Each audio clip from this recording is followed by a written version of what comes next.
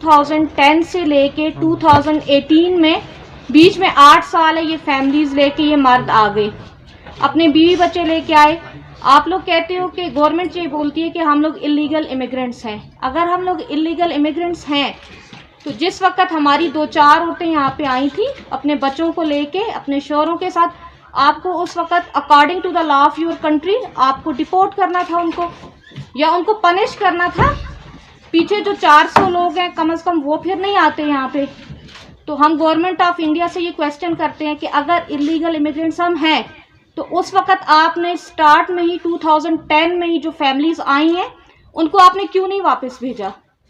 अगर आपने वापस नहीं भेजा, 2010 से लेके 2018 तक 8 साल का अरसा है, तो तकरीबन 400 के करीब हम औरतें हैं, लगभग 3000 हमारे साथ बच्चे हैं, और मर्दों को मिला के ये पूरा जो फिगर बन रहा है 4000 का फिगर बन रहा है। अगर 4000 लोग आपकी कंट्री में इलीगल एंटर हुए हैं तो आपने कार्रवाई क्यों नहीं की है?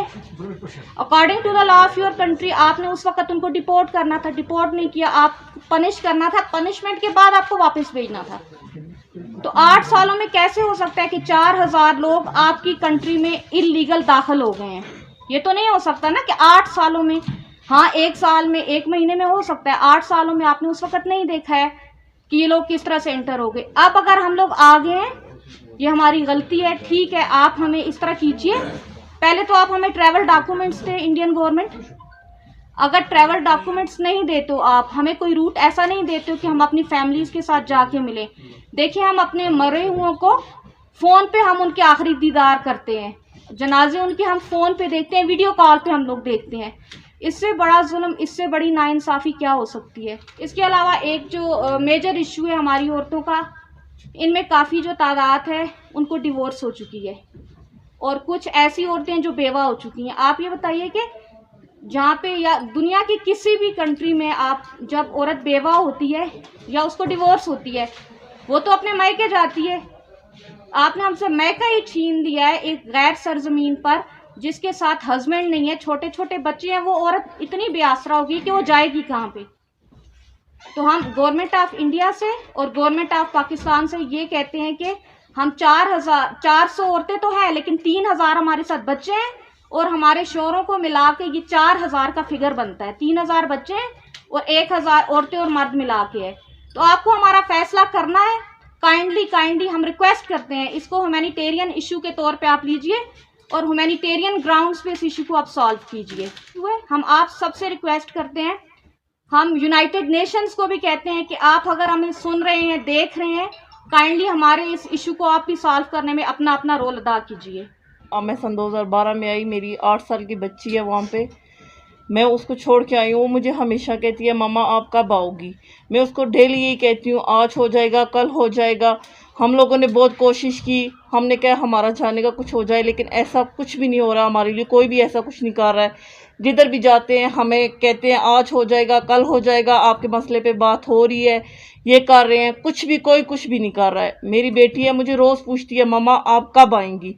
मैं उसको हमेशा बहलाती हूँ आज आऊँगी, कल आऊँगी, हमेशा यही कहती हूँ कि कोई नहीं, हो जाएगा, आज नहीं कल नहीं हमारा हो जाएगा। अगर हमें गवर्नमेंट ने यहाँ पे बुलाया है, अगर उन्होंने हमें इधर बुला के आज हमें हमारा वो कुछ सोच नहीं रहे, हमारा कोई हमारी बात पे गौर नहीं कर रहा, आखिर ऐसी कौन सी बात है, कौन से गुनाह है हमारे जिनकी हमें इस तरह सजा दी जा रही है? ये जो मनोज सहना है जो मौजूदा एलजी हैं, इनके पास गए, इन्होंने हमें अच्छे से मुलाकात दी, हमारी बात सुनी, हमारी बात को अच्छी तरह सुना। फिर उन्होंने कहा ठीक है हम आप लोगों की बात पे गौर करेंगे, इसको आगे तक पहुंचाएंगे। लेकिन फिर उन्होंने कहा आप दोबारा से आना, हमारे साथ कांटेक्ट करना। जब हम लोग वहाँ गए, दोबारा गए, तो हमें वहाँ से गिरफ्तार कर लिया। हमारी आधी लड़कियों को, आधी ख़वातीन को रास्ते से ही गिरफ्तार कर लिया, और कुछ 15 ख़वातीन थी वो जब राजभवन पहुँची तो वहाँ पर उन्हें गिरफ्तार कर लिया।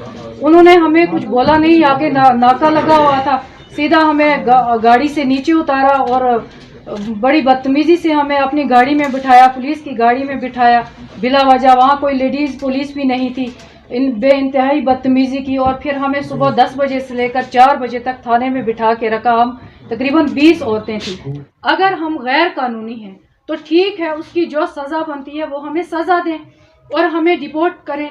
हम में से जो ख्वातीन यहाँ रहना चाहती हैं, अपने घरों में अपने खावंदों के साथ खुशबाश जो रहना चाहती हैं, उनको आने जाने की सहूलतें दी जाए, उनको यहाँ की शहरियत दी जाए, उनके बच्चों को यहाँ की शहरियत दी जाए। और जो औरतें, जो ख्वातीन वापस जाना चाहती हैं, बिल्कुल यहाँ से वापस जाना चाहती है, उनको डिपोर्ट किया जाए।